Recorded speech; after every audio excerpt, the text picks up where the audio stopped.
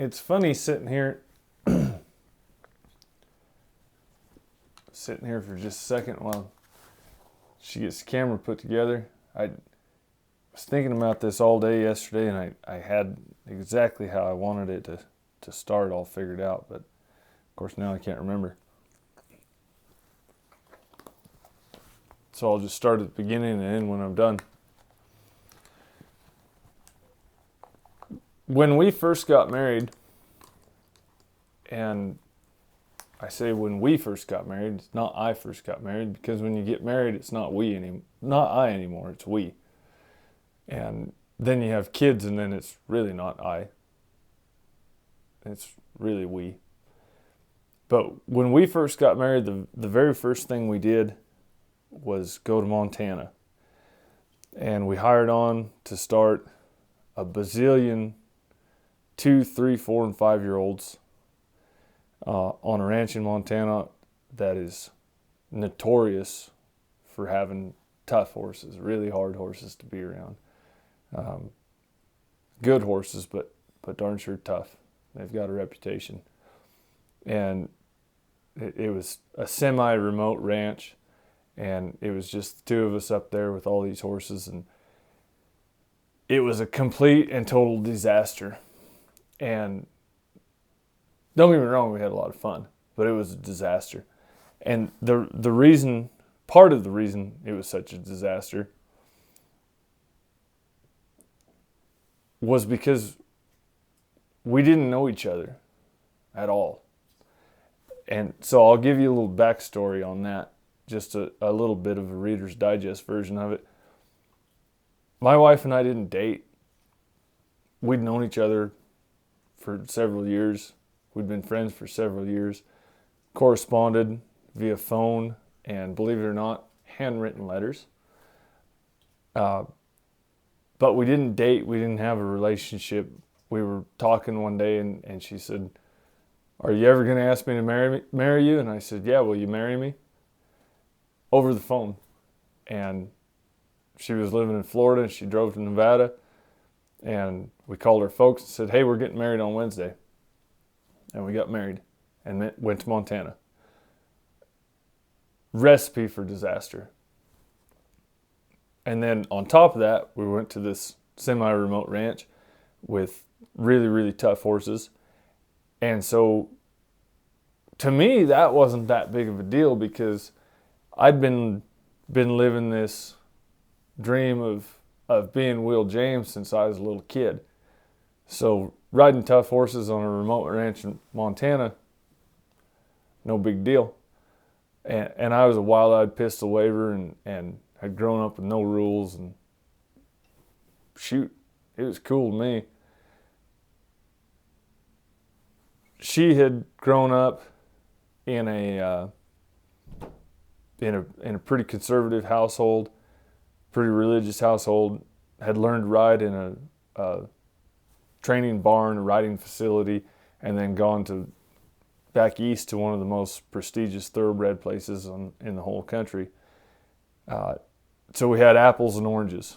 The only thing in common was horses, but they were all tough to be around. And you know, my idea of a fun evening, you know, we moved into this house there on the ranch that was full of mice and snakes and pack rats. My idea of a fun evening was getting a 12-pack and some rat shot, sitting on the floor drinking beer and shooting rats. And she'd sure never heard anything like that. And my idea of a fun Sunday was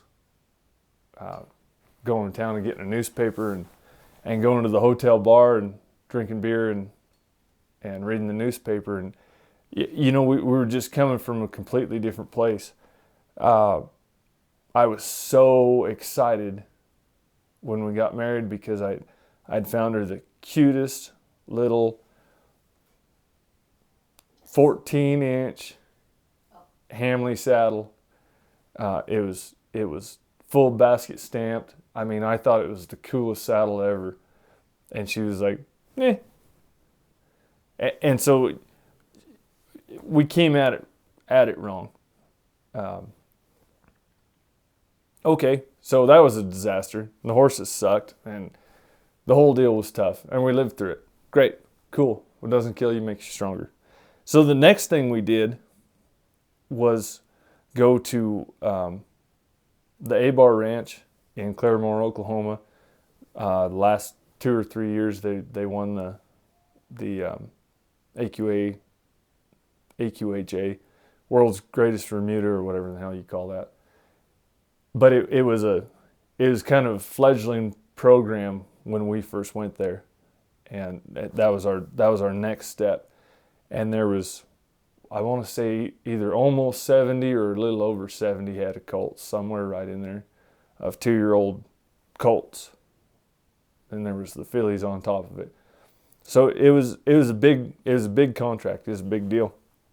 And Mike raised some good horses, but this was really the young part of his program.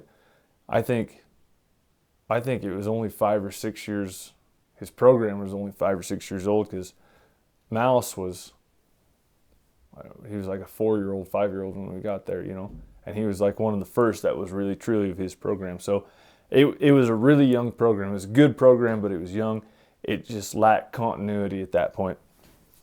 And I'm really proud that we had a part in that, played a small part in that, in what it's become. But we got there, and so you look at 70 head of 2-year-olds. Over the phone, you contract it and you say, oh yeah, 70 head of 2-year-olds, you want this many rides, it's going to take me this long, blah, blah, blah, blah. On paper, no big deal. You contract it, and then you show up and you look at 70 head of 2-year-old colts, and you go, wow, this is a lot of work. And so work's not a big deal. Like, work's easy. You make a plan, you stick to the plan, you start at the beginning, and you quit when you're done. There's going to be, we don't cut our videos, but there's going to be a cut in that video, because we have a house full of small children and small children's friends, and one walked in here and says, I want to play with you. So there's going to be a cut in this video. But what I was saying was that we got to the A-Bar, we saw all those colts, and you go, wow, that's a lot of work. But work's not a big deal. You make a plan, you stick to your plan, you start at the beginning, and you quit when you're done. That's how work works. You can do anything that way. We got to the moon that way. So that's where we kicked in. But then now here's 2 young people, and we were young. We were real young. We got married young. Here's 2 young people, and young people are stupid. They don't know how to think. They don't know how to deal with their emotions. They don't know how to communicate. And there was 2 of us, and we're trying to do this thing together. And from this point on, I'm not talking about a marriage situation. I'm talking about just 2 young people trying to work together. And we were trying to do this job. And so from my perspective, I had always been the youngest guy on a crew of really, really handy people. I'd always been with people that were way handier than I was. Tom Hagwood, Dave Thacker, Frank Dominguez, you name them. I was always with them, so I never had to think, because those guys were so experienced and had figured everything out so much that they had everything set up before I had to ever ask what was going on or what to do next. They had it all set up. And so now all of a sudden I'm the decider, and I don't know how to decide things at that point. And then my poor bride, she's got to deal with me. And I can't tell you how many times I yelled at her, just read my mind. Just read my mind. And like I said, I was young, I was stupid, yelling at someone to read my mind. She was young, she was stupid, didn't ever yell back, I can't read your mind. And so we went through this whole deal, and we did that for years, just starting colts and And in the interim, like I said, we had fun. We had a lot of laughs. We had a lot of fun. We had a lot of good times. She's behind the camera making fun of me right now. Now she's saying, now I can read your mind. And we figured it out. We figured each other out. We finally figured each other out over years and years and years. And people watch us now, and she'll snub Colts for me, the same as she always did. And that was another thing. She would snub Colts for me in those early years, and with me yelling at her the whole time because she was doing it wrong. And we'd go 3 laps around the round pen, throw the gate open, and then my life is in her hands. And I've been yelling at her for the last 2.5 hours. And why? Yeah. Why? I'm not sure why she let me live through that. But anyway, so we went through that for years and years and years, and we figured it out. And like I said, people watch us start Colts now, and we'll talk, or we won't. Sometimes we won't talk at all because I'm doing my thing and she's doing her thing. Or we'll talk about the news. We'll talk about what's going on in Libya or whatever in the hell's going on. And once in a while she'll go, oh, whoops, I'm sorry. I thought you were going to stop right there. Because now she can read my mind, almost. And now I say, oh, not a big deal. You read it right. I changed my mind at the last second and decided to do something else. But people watch us now and they're like, God, you guys are so in tune. Well, yeah, we did it. We did it hundreds and hundreds and hundreds of Colts that same way for years and years and years.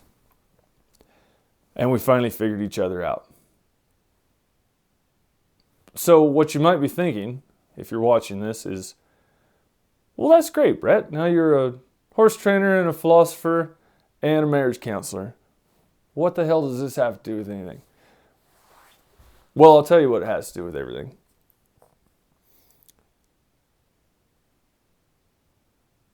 When you get a new horse, when you're around any horse that you haven't been around, you have to start building a relationship with them. You're thrown in the same situation that she and I were, where now it's we. It was I and you, and now it's we. And we have to start figuring each other out. The difference is that if you go somewhere and you pick a horse out and you buy a horse, and even if you test drive it a few times and you talk to the owner and this and that, okay, that's great. Like you had like 6 days, whatever. You still don't know each other very good. And the difference is that Amy jumped into something consensually, at least. Those horses, they didn't choose you. You chose them. And so you're the decider. And like I was talking about a minute ago, suddenly when you're the decider, things start getting stressful. Things start having some meaning to them. You put yourself in that situation with that horse, and you have to do the same thing that she and I did.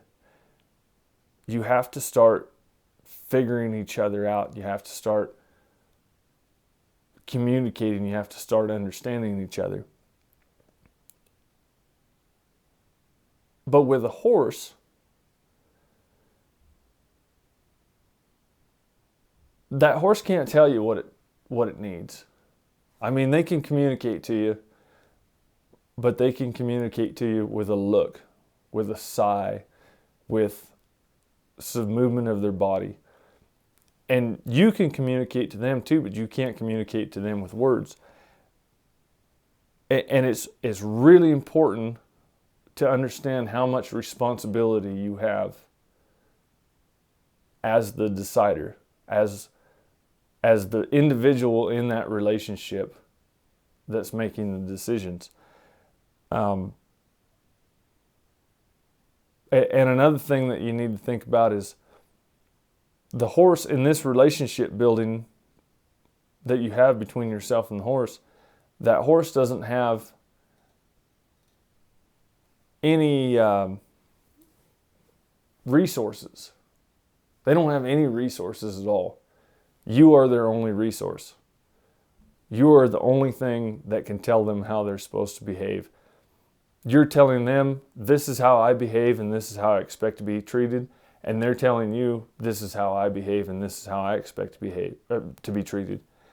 But they don't have a resource. They can't read a book about it. They can't call their sire about it and say, oh my gosh, this human is doing these weird things. And their sire says, oh yeah, well just stop hard and turn fast and they'll give you more grain. It doesn't work that way for the horse. They don't have the resource that you have. Like I said, they can't read books. They can't talk to experts. They damn sure can't get on YouTube and watch some idiot talk about things. They can't do any of those things. When we were first married, I called my dad. I called uncles. I called older friends that had been married for years and went, what in the world is this all about? Like, how does this happen?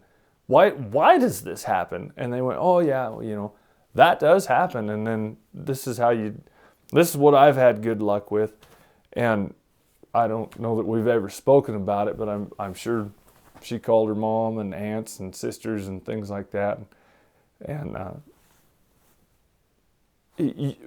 we use our resources. In the horse and human relationship, that horse doesn't have a resource to try to find answers. You are their only resource. And so it's important that you realize that that is a huge responsibility on your part. And it's also important to think about that it is not the horse's responsibility to teach you about them. You chose them. They did not choose you. It is not their job to teach you about them. It is your job to teach them about you and how the relationship is going to work between the two of you. And that was just incredibly more eloquent trotting around the round pen when I was thinking about it, but hopefully I got at least a part of the point across.